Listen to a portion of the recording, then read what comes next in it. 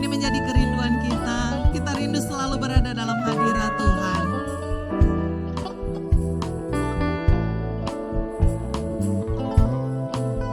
Sebab di bawah kepak sayap-Mu Tuhan,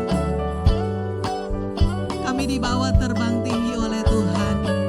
Di atas segala masalah apapun itu, kami mau terbang bersama dengan Tuhan. Mari sama-sama katakan, bagai Raja Wali melintasi gunung tinggi, bagai Raja Wali melintasi badai hidup, di bawah kepak sayap-Mu Kau bawaku terbang tinggi, melintasi langit biru bagaikan Raja Wali.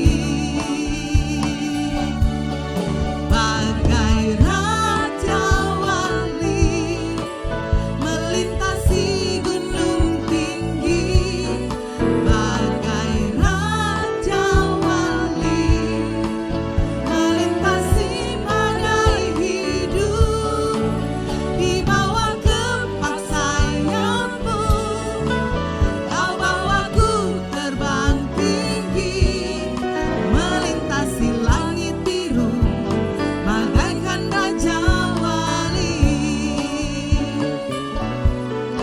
Melintasi langit biru bagaikan Raja Wali. Melintasi langit biru bagaikan Raja Wali. Sore-sore kemuliaan buat Tuhan kita. Kita mau lalui hari-hari kita bersama dengan Tuhan. Amin. Mari jemaat Tuhan, saya jemput kita bangkit berdiri. Kita mau lebih lagi, kita mau sama-sama bersorak. Kita mau bertepuk tangan di dalam hadirat Tuhan.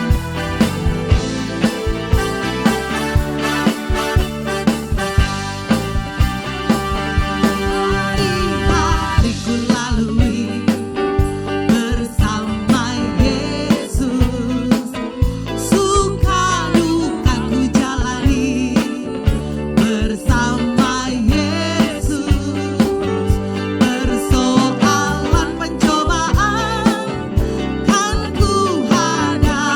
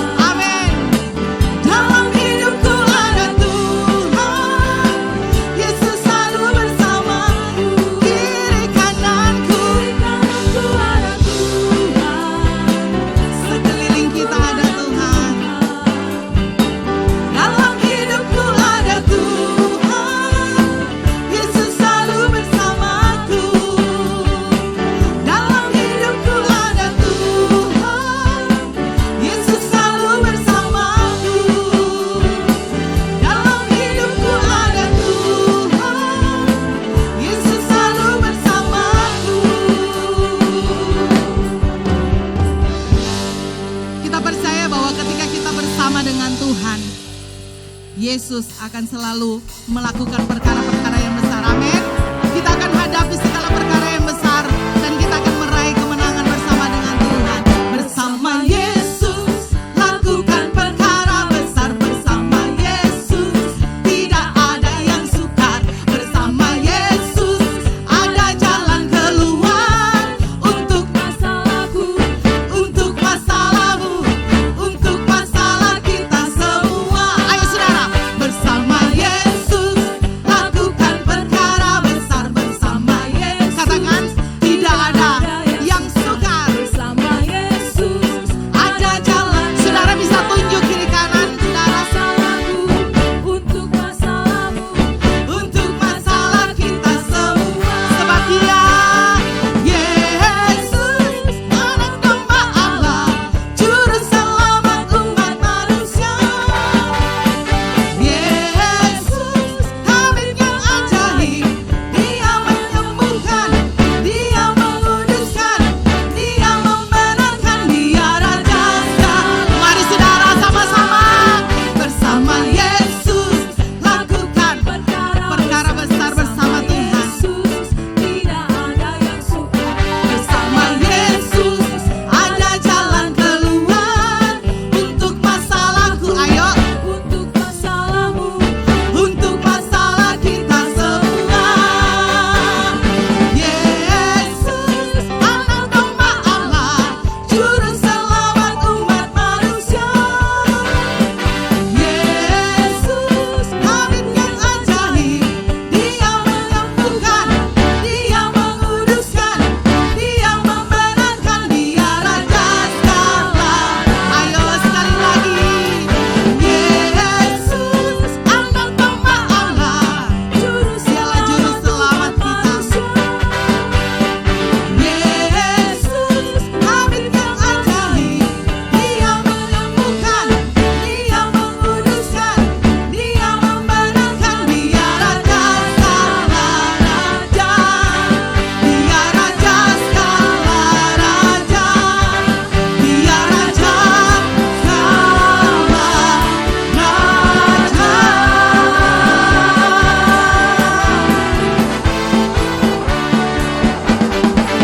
Tepuk tangan yang paling meriah buat Raja di atas segala raja. Lebih lagi meriah buat Tuhan kita. Haleluya. Silakan duduk kembali.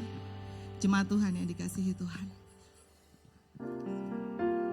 Persiapkan hati saudara untuk kita ditaburi oleh kebenaran firman Tuhan. Dan sebelumnya kita akan memberikan untuk pekerjaan Tuhan.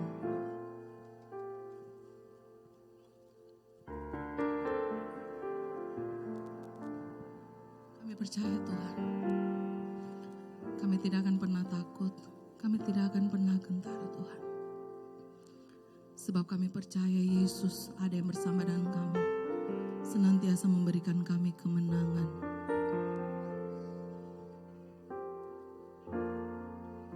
Ku tidak takut,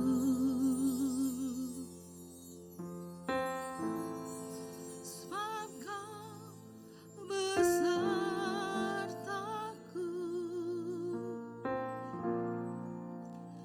Ku tidak bimbang,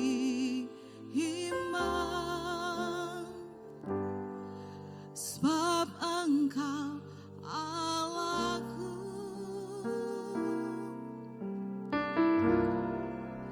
Engkau meneguhkanku,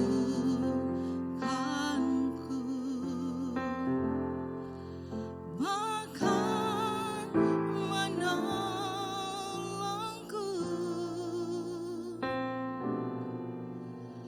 Kau batu karangku,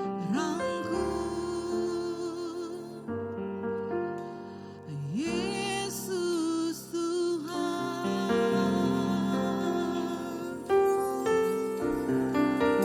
Ku tidak takut, sebab Kau besertaku.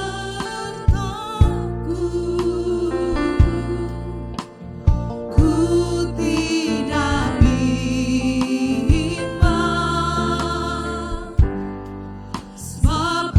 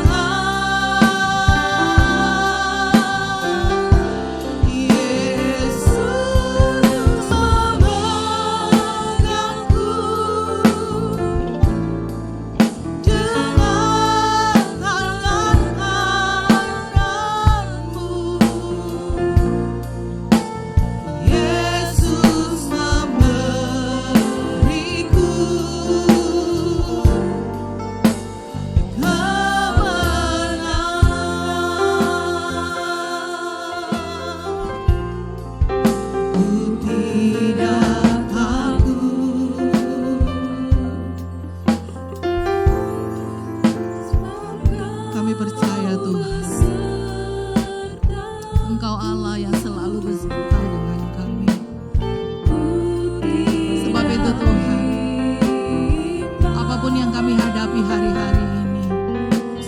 Kami tidak akan pernah bimbang, kami tidak akan pernah takut, sebab kami tahu tangan Tuhan senantiasa memegang kami.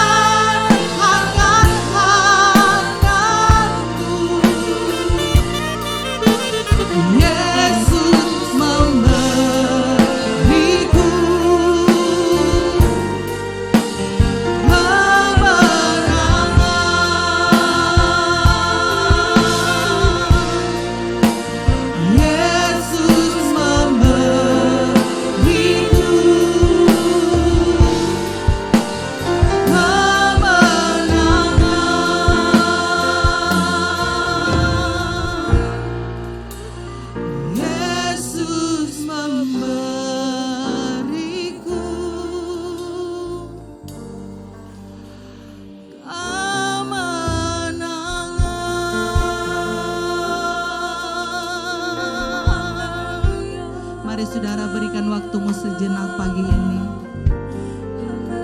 Yesus yang sudah memberikan kita kemenangan. Tetapi pagi hari ini biarlah kita datang. Kita memberi pujian yang terbaik untuk Tuhan. Mari memberi hati untuk Tuhan. Naikkan syukur di hadapan Tuhan.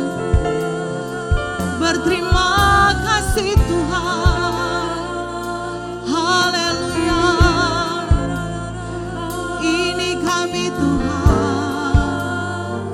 Kami berikan hati kami. Kami rindu Tuhan. Menyenangkan hatimu. Naikkan bagi Tuhan. Angkat suaramu bagi Tuhan. Sembah Dia.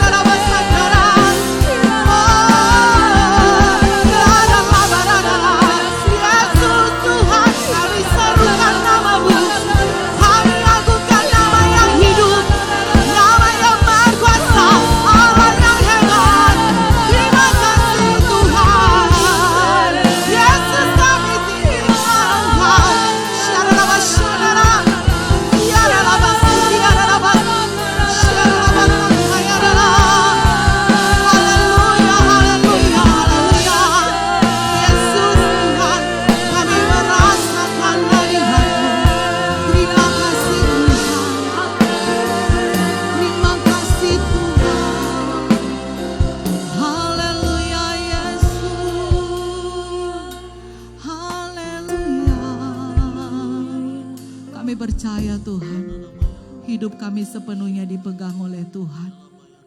Kami percaya Tuhan, apapun hari-hari ini yang kami hadapi, apapun hari-hari ini yang kami alami Tuhan, kami percaya Engkau selalu membuka jalan bagi setiap kami. Sebab kami percaya Engkau sanggup mengubah padang gurun menjadi sungai yang bermata air. Kami pegang janji firman-Mu Tuhan. Dia buka jalan saat tiada jalan, dengan cara yang ajaib Dia buka jalan bagiku. Dia menuntunku dan memeluk diriku dengan kasih dan kuasa-Nya. Dia buka jalan, Dia buka jalan, Dia buka jalan saat tiada jalan, dengan cara yang ajaib Dia buka jalan bagiku.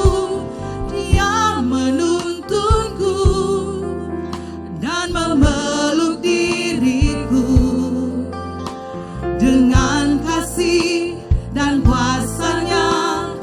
Dia buka jalan, Dia buka jalan. Di belantara Dia tetap menuntunku. Sungai di gurun ku temui,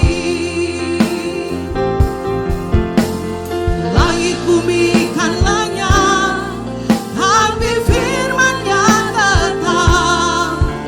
Saat ini Dia buka jalan, Dia buka jalan saat tiada jalan, dengan cara yang ajaib Dia buka jalan bagiku. Dia menuntunku dan memeluk diriku dengan kasih dan kuasa-Nya. Dia buka jalan, Dia buka jalan, Dia buka jalan, Dia buka jalan kami percaya Tuhan. saat tiada jalan, Haleluya. dengan cara yang ajaib Dia buka jalan bagiku. Dia menuntunku dan memeluk diriku dengan kasih dan kuasa-Nya. Dia buka jalan, Dia buka jalan.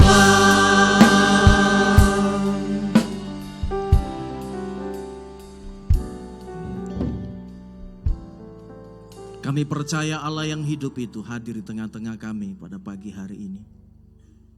Dan kami rindu Tuhan, jamahan-Mu Engkau nyatakan di tengah-tengah kami pagi hari ini.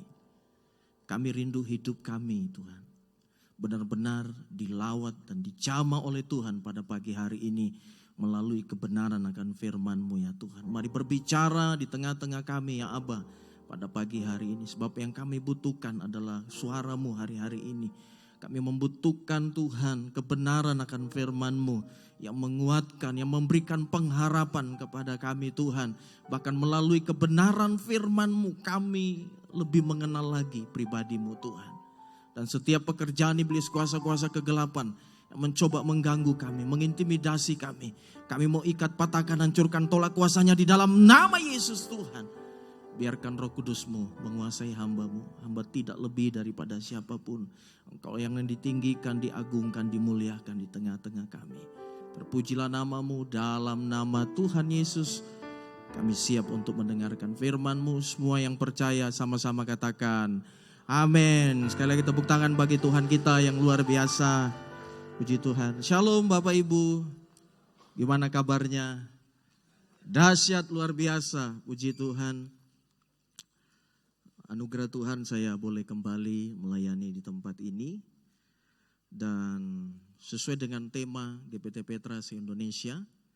Kalau bulan kemarin kita membahas tentang fokus, dan bulan ini, bulan Maret, tema daripada GPT Petra se-Indonesia itu intimacy atau keintiman. Nah, mungkin hari-hari ini gereja sudah jarang berbicara tentang keintiman. Ya, mungkin gereja hari-hari ini banyak sekali berbicara tentang keadaan, kesukaran. Tetapi mengenai keintiman sudah jarang ya dibicarakan di dalam gereja Tuhan. Padahal kalau kita berbicara tentang keintiman sebagai mempelainya Tuhan, keintiman pasti tidak lepas daripada ya kalau kita berbicara tentang mempelai. Ya, karena Alkitab berkata bahwa gereja Tuhan itu adalah mempelainya Tuhan. Ya, selalu Tuhan Yesus di dalam firman-Nya mengibaratkan, saudaraku, bahwa gereja itu adalah pengantinnya Tuhan. Dan saya percaya bahwa pengantin tanpa keintiman, saudaraku, itu tidak ada artinya apa-apa. Dan kalau kita berbicara tentang keintiman, itu kita akan dapati di kalangan orang-orang dewasa. Dan tidak mungkin kita akan mendapati di kalangan anak-anak. Dan keintiman itu sangat penting, ya. Tanpa keintiman tidak mungkin gereja itu akan menjadi kuat. Tidak mungkin gereja itu akan bisa lebih lagi di dalam kehidupannya kalau tidak ada keintiman di dalamnya. Makanya kalau hari-hari ini ada orang-orang Kristen tidak suka berbicara tentang keintiman, keakraban, ya, kedekatan dengan Tuhan. Dipertanyakan berarti kemungkinan anak-anak Tuhan ini belum dewasa di dalam Tuhan. Kemungkinan anak-anak Tuhan ini masih imannya, rohaninya itu masih seumur jagung. Karena kalau sudah kita masuk ke area yang namanya keintiman, itu sudah area kedewasaan. Dan kalau kita berbicara tentang keintiman, di situ sudah bukan berbicara lagi tentang pribadi kita.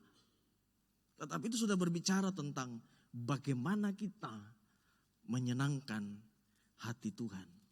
Bagaimana kehidupan kita hari-hari ini, seperti yang saya bilang pada doa pada hari Jumat. Bagaimana kehidupan hari-hari ini supaya kita bukan saja kita berjuang dalam kita melewati persoalan, melewati kesukaran hari-hari ini. Tetapi bagaimana hidup kita hari-hari ini kita tetap terus berjuang menjadi penyembah-penyembahnya Tuhan. Yang bukan hanya sekedar menyembah, tetapi menyembah Dia di dalam roh dan kebenaran. Nah, ini memang suatu perjuangan. Kalau ada orang-orang Kristen bilang, aduh, kita untuk menyenangkan hati Tuhan, untuk mengutamakan Tuhan, untuk menomorsatukan Tuhan, untuk betul-betul firman itu menjadi panglima dalam kehidupan kita, itu betul-betul butuh perjuangan, bahkan tidak sedikit. Harganya sangat besar untuk kita bayar. Bagaimana supaya kita tetap berkenan, kita tetap mengutamakan Tuhan di dalam kehidupan kita. Tetapi percayalah saudaraku yang dikasihi Tuhan, bahwa itu bagian proses dalam kehidupan kita supaya saya dan saudara bisa benar-benar menjadi anak-anak Tuhan yang bukan hanya sekedar tahu Tuhan, tetapi menjadi anak-anak Tuhan yang betul-betul mengenal, punya hubungan yang begitu karib, begitu intim dengan Tuhan. Saking dekatnya kita dengan Tuhan, saudaraku, tidak ada yang bisa menggantikan itu dalam kehidupan saya dan saudara. Kalau saudara buka di dalam Efesus, mari kita mau membuka. Di dalam Efesus pasal yang kelima, ayat yang ke-22,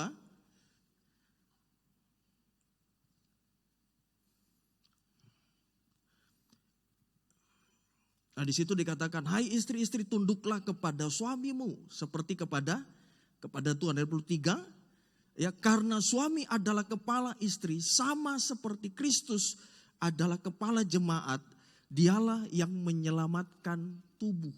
Nah, kalau saudara baca sampai selesai, saudara akan menemukan bahwa selalu Yesus mengaitkan, saudaraku yang dikasih Tuhan, mengaitkan hubungan antara suami istri dengan hubungan dengan Tuhan.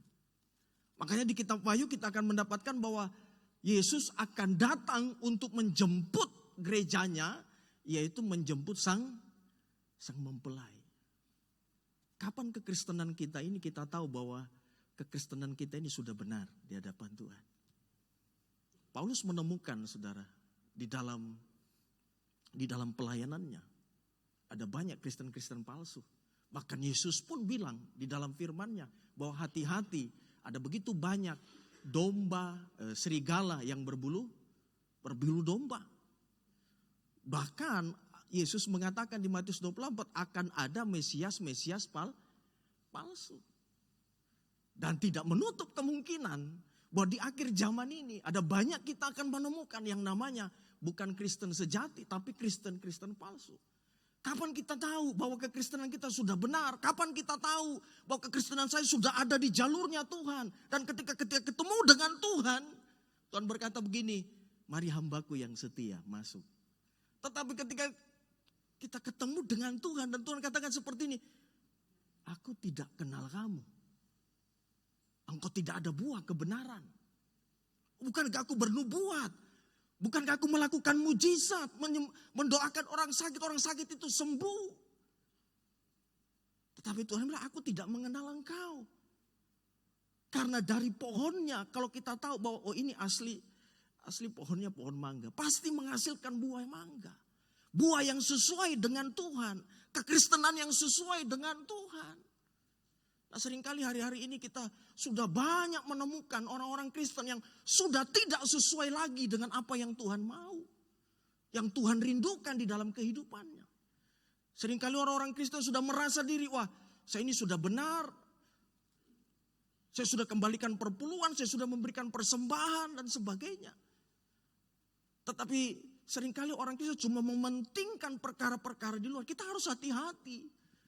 Bahwa musuh terbesar Tuhan ketika dia ada di dalam dunia ini, iblis tidak ada apa-apanya. Tetapi musuh terbesar Tuhan waktu dia ada dalam dunia ini adalah orang-orang yang agamawi. Ahli-ahli Taurat ketika dia masuk ke tempat-tempat ibadah, apa yang terjadi? Iblis tidak berani korek. Tapi ada ahli-ahli Taurat yang selalu, saudaraku yang dikasih Tuhan, mengkritik apa yang Tuhan katakan. Mereka sudah merasa diri benar. Mereka sudah merasa diri, saya ini ahlinya kitab suci. Tetapi Tuhan ketika dia menyelidiki, Tuhan bilang apa? Serba luarnya aja kamu bersih. Tapi sesungguhnya di dalamnya engkau penuh dengan kebusukan. Bahkan dia mengecam para ahli-ahli Taurat. Kapan kita tahu bahwa kekristenan kita sudah benar? Ketika engkau melihat dirimu semakin hari, semakin dekat dengan Tuhan. Ketika engkau melihat dirimu semakin hari, semakin punya hubungan yang sangat dekat, sangat karib dengan Tuhan. Sehingga engkau sangat takut untuk melukai hati Tuhan. Engkau sangat takut membuat dia berduka di dalam hidupmu. Tetapi kalau makin hari, kekristenan kita bukannya makin kita cinta Tuhan, makin sayang Tuhan, tetapi kita masih berpusat kepada perkara-perkara jasmani. Masih berputar kepada persoalan-persoalan jasmani. Masih berputar-putar di masalah-masalah berkat saja. Sedikit-sedikit saja kita kecewa, sedikit kita tersandung, sedikit kita ditegur, kita tidak mau lagi. Saya kira kekristenan kita perlu dibenahi hari-hari ini. Kekristenan kita perlu dirombak hari-hari ini, saudara yang dikasihi Tuhan. Perlu kita kembali duduk di kaki Tuhan. Perlu kita kembali melihat, saudara yang dikasihi Tuhan, apa betul sudah sesuai dengan apa yang Tuhan mau kehendaki dalam kehidupan kita. Saya mau bilang kepada saudara bahwa Tuhan itu punya kerinduan yang besar dalam hatinya. Untuk bagaimana semua anak-anak Tuhan itu semakin hari semakin dekat kepadanya. Semakin hari semakin mengasihi dia. Semakin hari semakin mencintai dia. Dan kalau itu terjadi dalam hidup kita, maka persoalan-persoalan jasmani, persoalan-persoalan berkat tidak lagi menjadi fokus utama kita. Makanya saya bilang hari Jumat bahwa Paulus itu sudah menjadi orang Kristen yang saya mau bilang sudah tingkat yang ketujuh, langit yang ketujuh. Dia katakan di dalam Filipi bahwa aku rela melepaskan semuanya dan menganggap itu sampah. Bayangin. Segala kebanggaan, oh saya orang Ibrani asli. Bahkan kalau kita mau berkata, dia berkata begini, aku lebih daripada rasul-rasul yang lain. Tetapi apakah itu menjadi kebanggaan bagi Paulus dalam hidupnya? Apakah itu menjadi sesuatu yang wah, karena dia lebih daripada rasul-rasul, maka dia merasa diri bahwa dia yang paling ini di hadapan Tuhan? Tidak. Apa yang menjadi kebanggaannya? Dia itu menjadi, dia katakan ini sampah semua. Ini tidak menjadi arti apa-apa. Kalau kita lihat di situ dia berbicara tentang hal-hal yang jasmani, kebanggaan, dihormati, dihargai dan sebagainya. Paulus sudah mati dengan hal-hal yang demikian. Karena ini yang paling berbahaya di dalam gereja. Ketika kita sudah haus pujian, haus untuk dihargai, haus untuk dihormati. Ketika itu sudah tidak ada lagi dalam hidupmu, bagaimana sikapmu? Ketika berkat itu sudah tidak ada lagi. Dan mungkin suatu saat nanti, catat ini, renungkan ini. Mungkin suatu saat nanti Tuhan seakan-akan tidak menolong engkau. Tidak menjawab doamu. Engkau tidak mengalami mujizat dalam hidupmu. Bagaimana sikap hidupmu? Dan saya menemukan, saudaraku, bahwa kenapa bangsa Israel begitu gampangnya dihancurkan oleh bangsa Filistin. Bukan karena bangsa Filistin memiliki senjata yang canggih. Wah, bukan itu. Tetapi hubungan bangsa Israel dengan Tuhan hari itu terputus. Tuhan katakan, karena bangsa ini menolak mengenal aku. Bangsa ini menolak, lebih cenderung hatinya untuk keberhala, saudara. Ya, lebih kepada kedagingan. Dia menolak untuk mau intim dengan Tuhan. Hari-hari ini kita akan diperhadapkan dengan keputusan pilihan kita. Bahwa di mana kita harus mengambil satu keputusan. Saya harus tetap menjaga hubungan saya dengan Tuhan. Kalau hati nurani kita, Roh Kudus katakan dalam hati saudara, ini salah. Ini bertentangan dengan firman. Apakah saudara berani mengambil keputusan? Sekalipun itu harus saudara dimusuhi orang. Saudara ambil satu keputusan untuk tidak, saya menjaga hubungan saya dengan Tuhan. Saya tidak mau menodai dia. Seperti Yusuf, tidak ada orang ini. Ayo, lakukan dosa. Oh tidak, ada Tuhan yang di atas. Kan saya bilang hari Jumat, di dalam gereja kita cuma 2-3 jam mungkin untuk nyembah Tuhan. Tapi penyembahan yang sejati itu ketika kehidupanmu sehari-hari. Bagaimana engkau menghargai, bagaimana engkau menghormati Tuhan. Bagaimana engkau menjaga hubunganmu hari-hari ini dengan Tuhan. Kalau hari-hari ini kecenderungan hatimu sudah malas dengar firman, hati-hati itu warning dari Tuhan. Kau sudah malas dengar puji-pujian, kau sudah malas menyembah Tuhan. Hati-hati saudaraku, jangan sampai pelayanan kita, ibadah kita cuma menjadi satu rutinitas saja. Tidak membawa dampak apa-apa di hadapan Tuhan. Saya menemukan bahwa Paulus bukan hanya sekedar melayani Tuhan. Kalau Paulus hanya sekedar melayani Tuhan, mau cari muka, mau cari pujian, coba baca riwayat Paulus, saudara. Coba baca. Paulus itu saudara yang dikasih Tuhan. Tiap hari hampir masuk penjara, kata Alkitab. 3 hari 3 malam terkatung-katung. Karena pelayanan, perhatikan. Karena pelayanan. Karena mengasihi Tuhan. Karena mencintai Tuhan. Bahkan dia katakan tubuh jasmaniku semakin hari semakin merosot. Tapi manusia batiniaku dibaharui dari hari ke hari. Kalau Paulus cuma motivasinya untuk dihormati, untuk dihargai, maka Paulus akan meninggalkan Tuhan.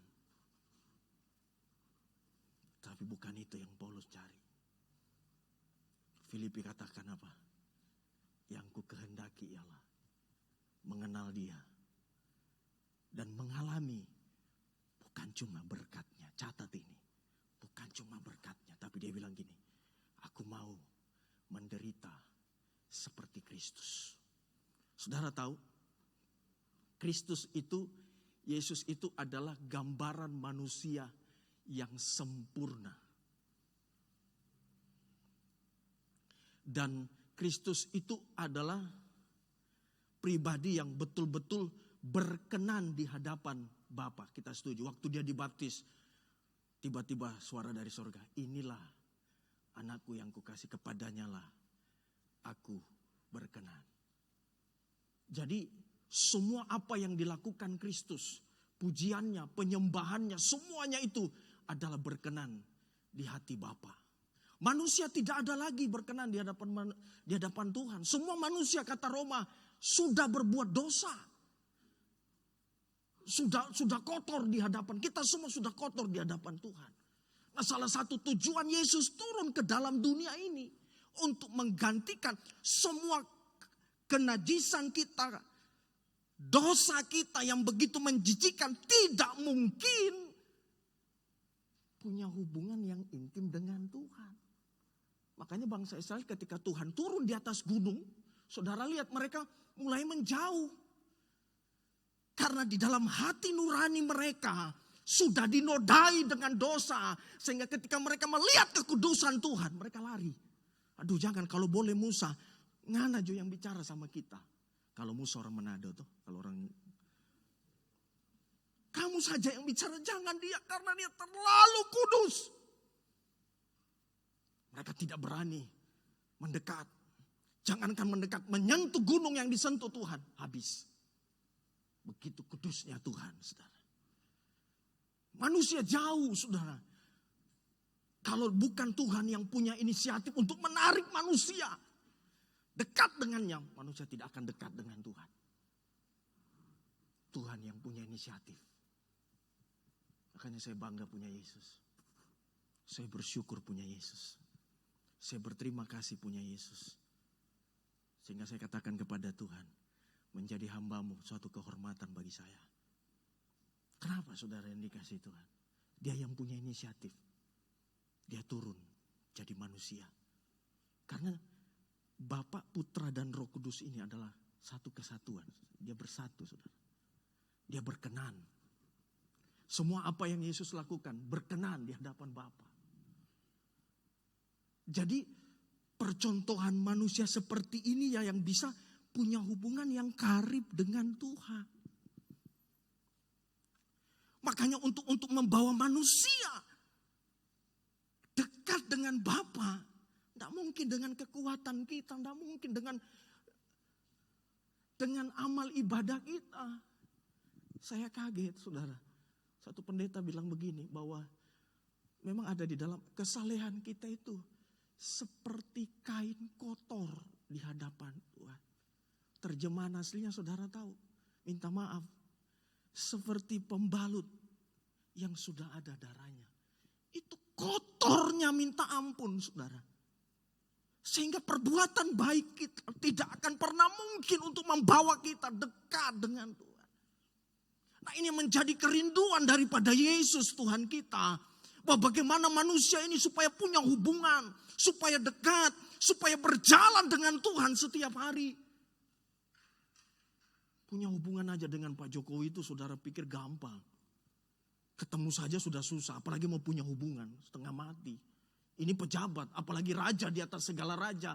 Makanya kalau hari-hari ini saudara dibentuk begitu rupa, percayalah itu bagian daripada supaya saudara menjadi sahabatnya Tuhan. Menjadi sahabatnya Tuhan. Untuk manusia ini menjadi sahabatnya Tuhan. Yesus turun, saudara. Semua dosa kita ini yang kotor ini ditimpakan kepada Kristus. supaya kita ini yang berdosa, kita ini yang kotor, menjadi benar di hadapan Tuhan.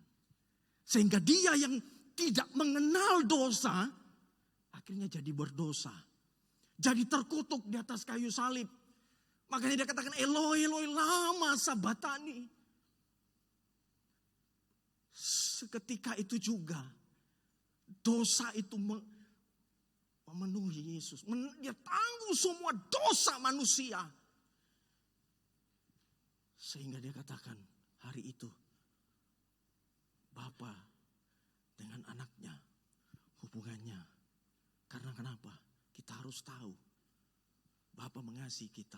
Tapi engkau harus tahu. Bapa itu tidak bisa bersatu dengan setitik dosa.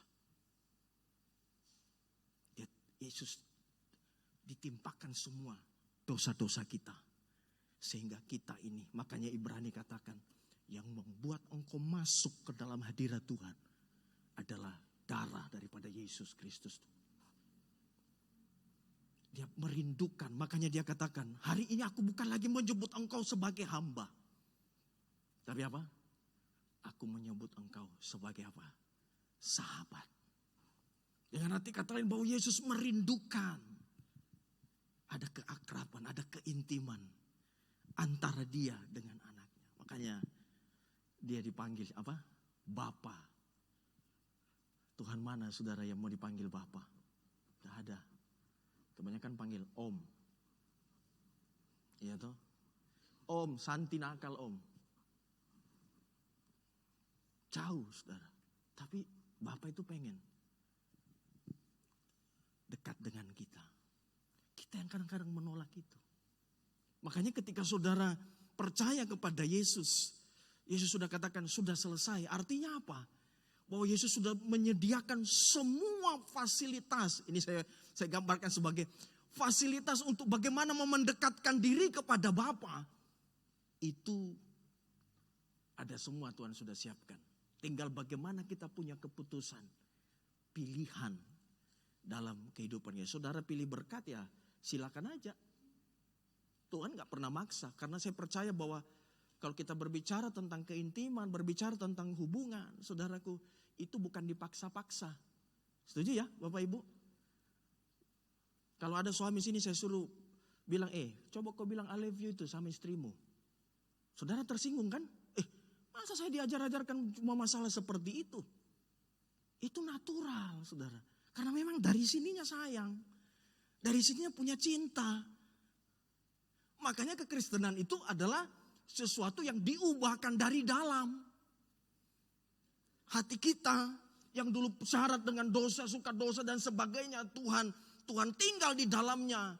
Supaya kehidupan kita ini cenderung suka kepada Tuhan. Makanya kalau orang Kristen gak suka keintiman, gak suka yang namanya menyembah Tuhan, gak suka memuji Tuhan. Saya khawatir ini bukan Kristen. Saya khawatir ini serigala. Ini bukan domba. Karena domba, coba lihat hidupmu. Kalau domba selalu suka makan rumput yang hijau. Kalau serigala suka apa?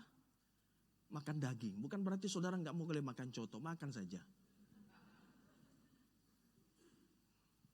Tapi pulang dari tempat ini makan saja. Tapi jangan terlalu banyak. Kaget buka mata ketemu Bapa di sorga. Ya toh, jangan saudara. Tetapi Bapak Ibu Saudara bahwa kita lihat hidup kita. Wah saya ini sukanya hari Jumat itu sukanya jalan-jalan ke mall. Terlalu suka ini, itu dan sebagainya. Aduh sudah penyembahan itu bisa nanti. Ibadah, aduh. Mari saudara yang dikasihi Tuhan. Kita yang lebih tahu hidup kita. Makanya kita harus jujur di hadapan Tuhan hari-hari ini. Tuhan seperti Daud, selidiki aku Tuhan. Lihat hatiku, betul gak ini saya betul-betul punya hati yang mengasihi Tuhan. Nah, saudara saya tidak akan perpanjang ya saudara. Dan kalau kita berbicara tentang keintiman, kalau di dalam Yohanes pasal 4 ayat 23 di situ dikatakan, coba kita baca dulu. Tetapi saatnya akan datang dan sudah tiba sekarang bahwa penyembah-penyembah benar akan menyembah Bapa dalam roh dan kebenaran. Sebab Bapa menghendaki penyembah demikian. Ini bukan lagi sesuatu yang ya sudah lama, tapi ini saudara yang dikasih Tuhan, seringkali kita sudah dengar. Bapa menghendaki penyembah, atau Bapa mau ada worship, saudaraku yang dikasih Tuhan. Bapa mau ada proskuneo dalam kehidupan kita, artinya mencium. Artinya proskuneo itu kan mencium wajahnya Tuhan. Diartikan bahwa saudara kita mencium karena apa? Jarak atau hubungan? Itu karena ada hubungan. Seperti kebiasaan orang-orang Jakarta kalau ketemu karena dekat, ada baku cium seperti itu. Ya, tapi kalau bukan istri saudara jangan berani ya, saudara. Bahaya, repot itu. Nah, orang mencium karena ada hubungan. Ya, sekalipun dikatakan juga ada di luar sana hubungan gelap, kan tetap ada hubungan toh. Seperti itu. Jadi kalau orang Kristen itu dipaksa-paksa untuk nyembah Tuhan, dipaksa-paksa untuk memuji Tuhan, sampai song leader sudah berbusa-busa mulutnya, ayo memuji Tuhan. Itu bukan masalah sama song leader, bukan masalah karena pujiannya, bukan masalah karena lagunya terlalu cepat. Tidak sesuai dengan temponya. Bukan itu persoalannya, karena engkau sebenarnya gak punya hubungan dengan Tuhan. Begitu bapak-bapak dulu falling in love dengan yang di sampingnya dulu kan. Begitu cinta memenuhi, laut akan kuseberangi, gunung akan kudaki, sekalipun itu gombal, betul nggak? Iya kan? Tidak, saya tetap mencintaimu, gunung akan kudaki, lautan akan kuseberangi. Begitu muncul mertua depan pintu sudah lari di luar. Saya hantar saya sampai tikungan ya, takut sama bapakmu. Loh,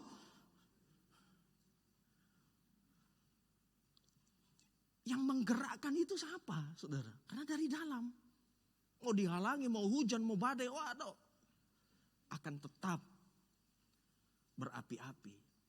Maka oleh sebab itu, Bapak Ibu Saudara, untuk saudara bisa mengalami keintiman terus dengan Tuhan, engkau harus menjaga kasih mula-mula itu di dalam hidupmu. Harus ada cinta, saudara. Makanya Paulus dalam 1 Korintus 13 dia katakan gini, sekalipun aku memberikan hidupku, sekalipun aku punya iman, tapi kalau tanpa kasih, aku tidak ada artinya apa-apa. Kasih itu yang membuat kita punya gairah untuk nyembah Tuhan. Kasih cinta itu yang membuat kita mau rela berkorban. Itulah yang Yesus ajarkan, saudara, bagi kita. Bahwa Yesus mau turun jadi manusia. Yesus mau disalibkan. Yesus mau menderita. Kenapa, saudara? Karena dia mengasihi kita. Ya, karena dia betul-betul mencintai kita. Makanya dia berkatakan, sahabat mana yang memberikan nyawanya? Gembala baik yang mana yang memberikan nyawanya bagi domba-dombanya? Cuma Yesus Tuhan. Dia adalah betul-betul sosok pribadi yang mencintai kita, bukan apa adanya. Cuma kita yang seringkali punya motivasi. Di dalam kasih tidak ada mencari keuntungan. Kalau kita punya kasih, mencintai Tuhan, persoalan apapun tidak akan bisa menghalangi kita. Paulus, kalau saudara baca, dan murid-murid yang lain, ketika mereka dipenuhi kasih Tuhan, dipenuhi cintanya Tuhan, mereka rela memberikan seluruh hidupnya. Bahkan kalau saudara baca Kisah Rasul, Alkitab berkata mereka menjual harta mereka untuk dibagi-bagikan. Dan catat ini baik-baik, di antara mereka tidak ada yang menjadi orang miskin. Mereka tidak ada yang kekurangan. Tapi justru menjadi orang-orang yang bisa memberkati banyak orang. Kalau itu ada dalam hidup kita, maka yang kedua saudaraku, untuk mengalami itu, coba kita baca dulu ya. Filipi pasal yang ke-2, ayat yang ke-3 sampai dengan yang ke-5. Dengan tidak, perhatikan, mencari kepentingan sendiri atau puji-pujian yang sia-sia. Sebaliknya hendaknya dengan rendah hati yang seorang menganggap yang lain lebih utama daripada dirinya sendiri. Terus, dan janganlah tiap-tiap orang hanya memperhatikan kepentingannya sendiri, tetapi kepentingan orang lain juga. Ayat 5, hendaklah kamu dalam hidupmu bersama menaruh pikiran dan perasaan yang terdapat juga dalam Kristus Yesus. Ketika engkau mengasihi Tuhan, mencintai Tuhan dengan segenap hati, maka saya percaya di dalam hidupmu tidak ada yang namanya mementingkan diri sendiri.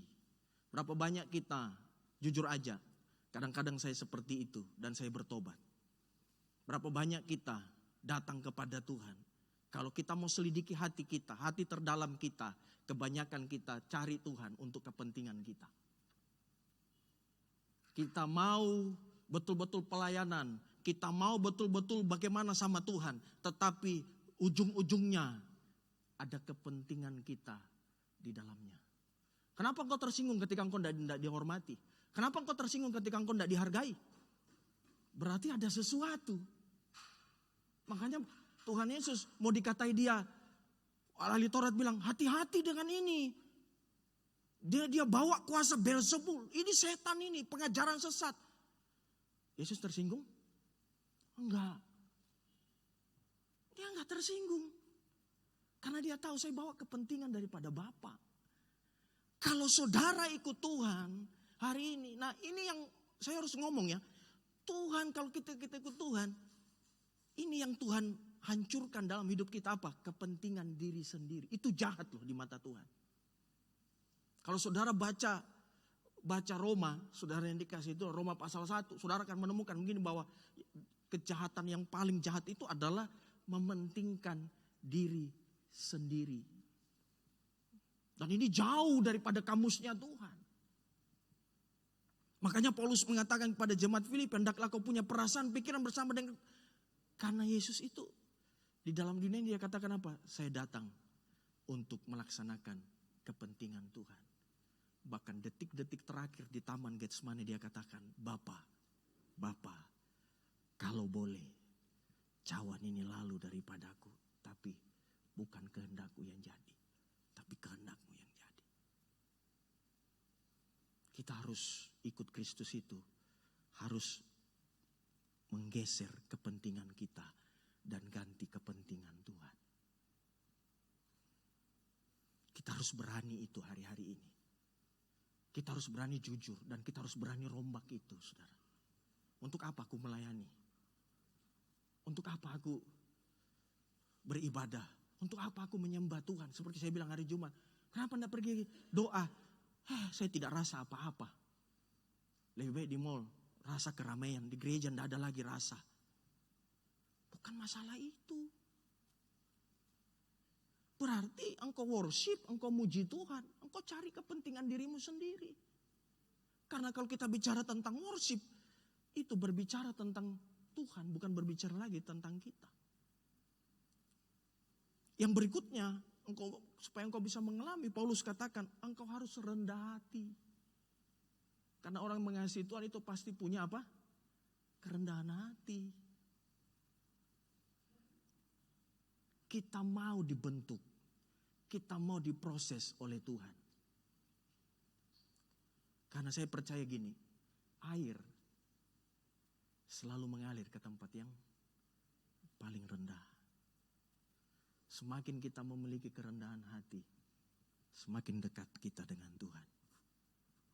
Kalau hari ini kita direndahkan, percayalah, itu salah satu batu loncatan dari Tuhan.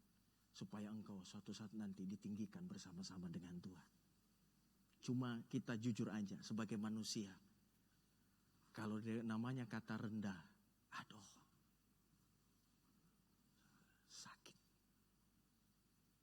Engkau boleh ini, engkau boleh itu. Tapi jangan kau rendahkan saya. Oh iya. Makanya Paulus itu, dia katakan, coba kita baca dalam Filipi. Pasal yang ketiga, ayat yang pertama.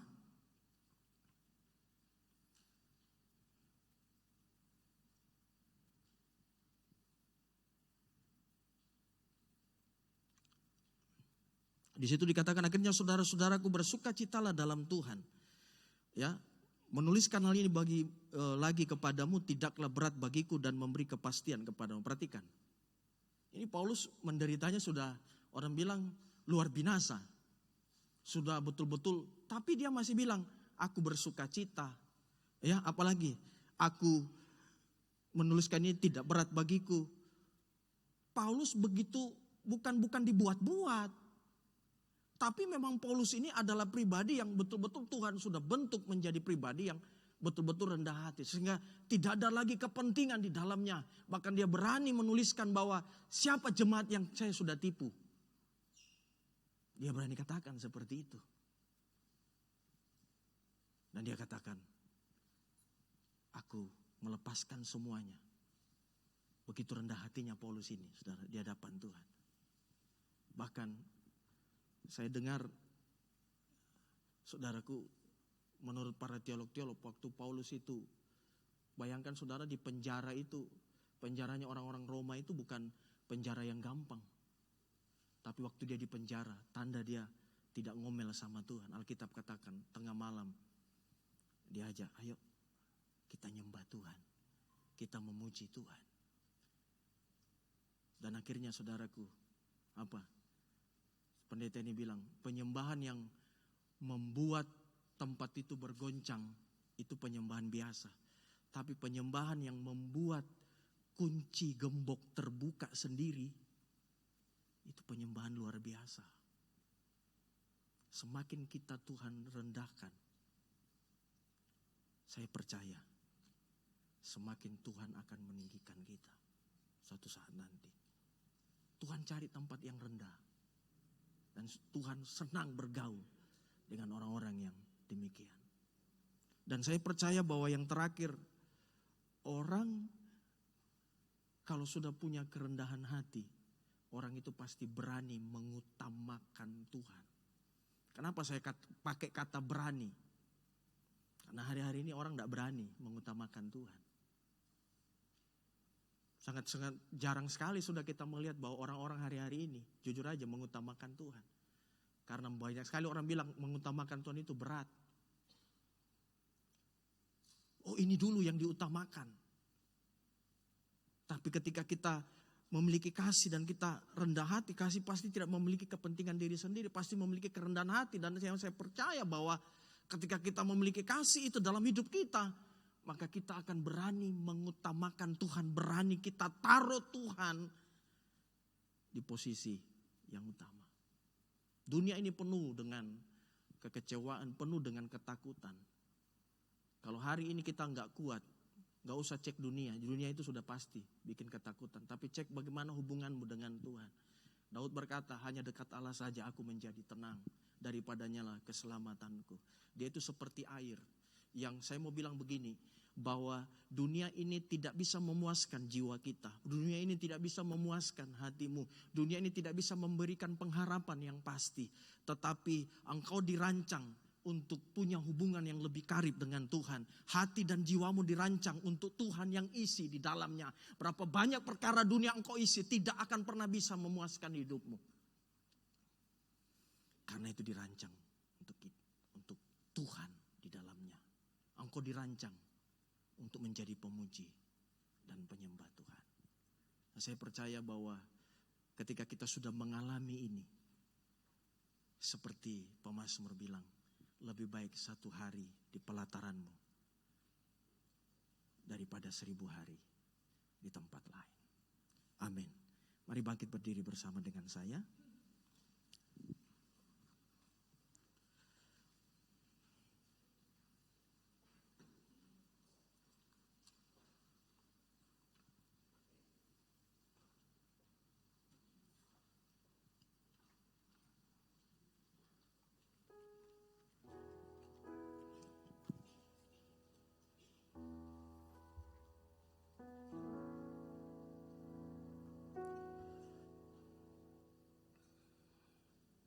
Mari pribadi lepas pribadi saat ini. Kita datang kepada Tuhan. Tuhan melihat setiap hati kami, setiap hidup kami. Kalau hari ini engkau letih lesu dan berbeban berat, Itu bukan karena keadaan, itu bukan karena masalahmu berat. Tetapi mungkin engkau sudah mulai jauh hatimu daripada Tuhan. Tuhan berkata hari ini, nak, kembali dalam keintiman itu. Mungkin hari-hari ini kita sibuk dengan perkara-perkara kita sendiri. Dan kita sudah lupa bahwa saya harus punya saat teduh dengan Tuhan. Kalau sudah tidak ada lagi kerinduan di dalam hati, tidak ada lagi gairah untuk menyembah Tuhan, hari ini Tuhan mau kembalikan itu di dalam hidup. Minta pada Tuhan hari ini.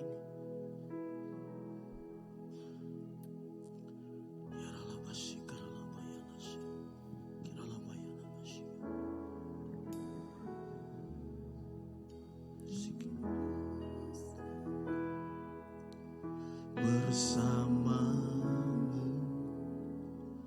tinggal di dalam kediaman-Mu, oh Tuhan, sebab ku sukai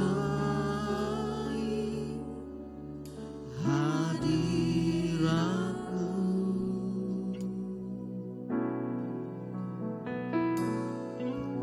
Tak ingin ku terpisahkan dekat denganmu, itu yang ku rindukan.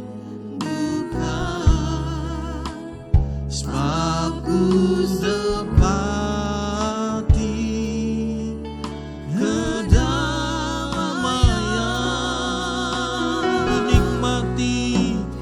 ku nikmati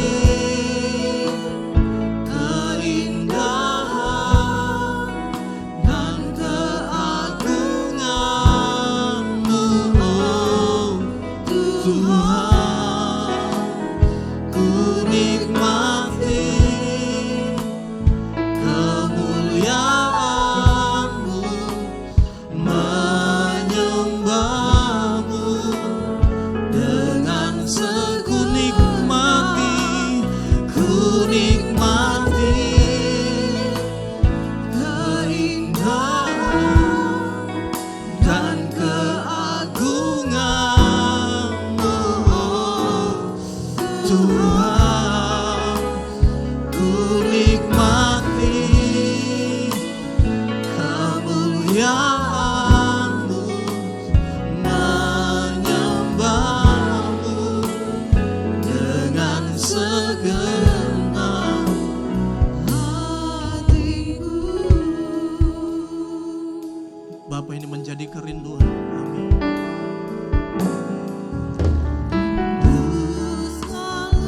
Mari jemaat Tuhan angkat pujian menjadi kerinduan kita. Tinggal di dalam Kediaman-Mu, oh Tuhan, sebab ku sukai hadirat-Mu. Tak ingin ku terpisahkan dekat denganmu, itu yang ku rindukan.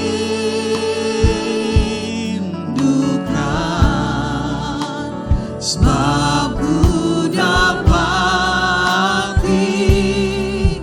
kedamaian,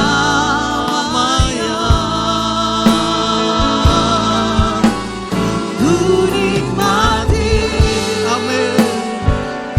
Biarkan kami menikmati pagi ini, baharui setiap kami, Tuhan. Ku nikmati kemuliaan-Mu, menyembah-Mu, menyembah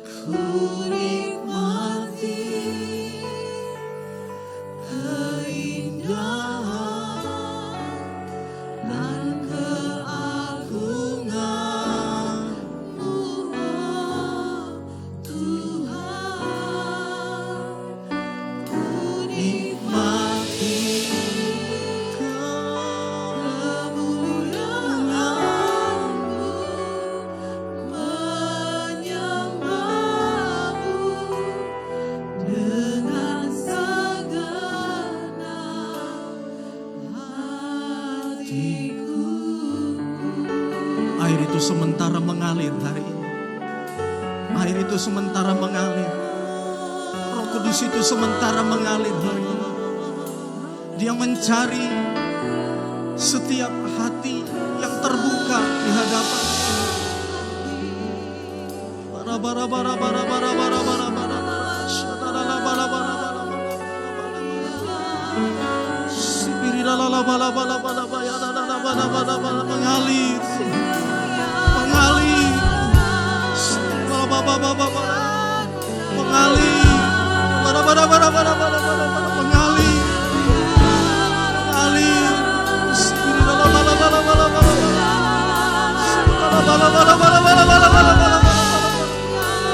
Mengalir, mengalir, mengalir.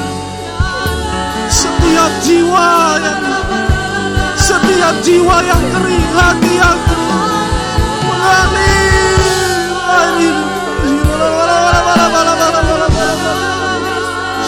Penuhkan Tuhan, penuhkan Tuhan, penuh.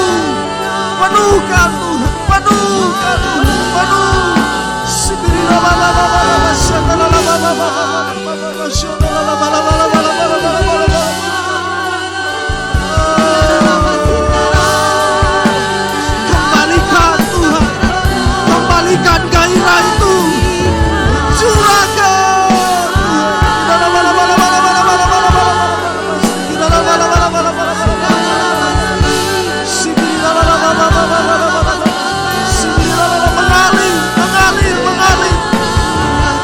Air itu sementara mengalir. Basahi, basahi kami, basahi.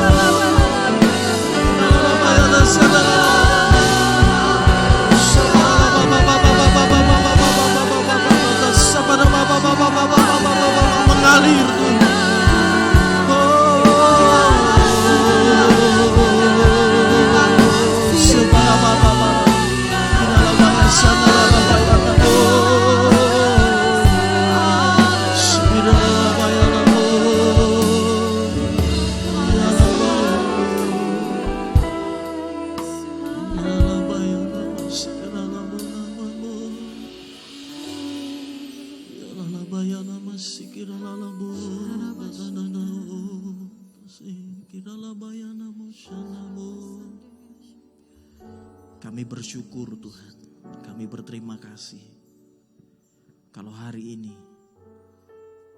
kami menerima segala firman-Mu sebagai anugerah yang luar biasa dalam hidup kami. Terima kasih buat pengorbanan-Mu yang melayakkan kami untuk selalu boleh datang. Dan biarlah di hari-hari terakhir ini Tuhan, kami semakin dekat dengan Tuhan. Semakin mengandalkan Tuhan dan mengutamakan Tuhan, mengasihi Tuhan di dalam kehidupan kami. Secara manusia kami tidak mampu, tetapi Roh-Mu yang ada di dalam hidup kami yang memampukan setiap kehidupan kami. Kami kembalikan segala hormat kemuliaan hanya bagi nama-Mu ya Tuhan. Terima kasih ya Bapa di surga. Mari angkat tangan-Mu Bapak Ibu Saudara yang dikasihi Tuhan. Kami mengangkat tangan kami mengucap syukur kepadamu. Kami berterima kasih bahwa kami istimewa dan berharga di mata-Mu Tuhan. Terima kasih bahwa Tuhan memilih kami menjadi anak-anak-Mu, menjadi sahabat-Mu di dalam kehidupan kami. Kami percaya hadirat-Mu menyertai setiap jemaat-Mu Tuhan. Dimanapun mereka berada ya Bapa di sorga. Mereka menjadi berkat, menjadi terang buat orang-orang yang ada di kota Palu ini Tuhan. Diberkati segala usaha mereka, pekerjaan, bisnis mereka, kuliah, sekolah mereka. Pelayanan mereka diberkati oleh Tuhan. Dan kami percaya apa yang kami ikat di bumi terikat di sorga. Apa yang kami lepaskan di bumi terlepas di sorga. Kami lepaskan berkat buat kota Palu. Kami lepaskan hujan pertobatan, keselamatan atas kota Palu. Diberkati kota Palu, ekonominya diberkati Tuhan, pendidikannya, pemerintahannya diberkati Tuhan. Dan setiap sudut-sudut kota Palu dipenuhi dengan hadirat Tuhan. Kami rindu Tuhan, kota Palu dimenangkan untuk hormat kemuliaan bagi nama-Mu. Dan kami juga berdiri berdoa buat Bapak Gembala bersama dengan keluarga. Tuhan tetap memberkati, menguatkan, memakai lebih dahsyat, lebih luar biasa lagi Tuhan. Terima kasih Bapa. Dalam nama Tuhan Yesus kami berdoa mengucap syukur. Semua yang percaya sama-sama katakan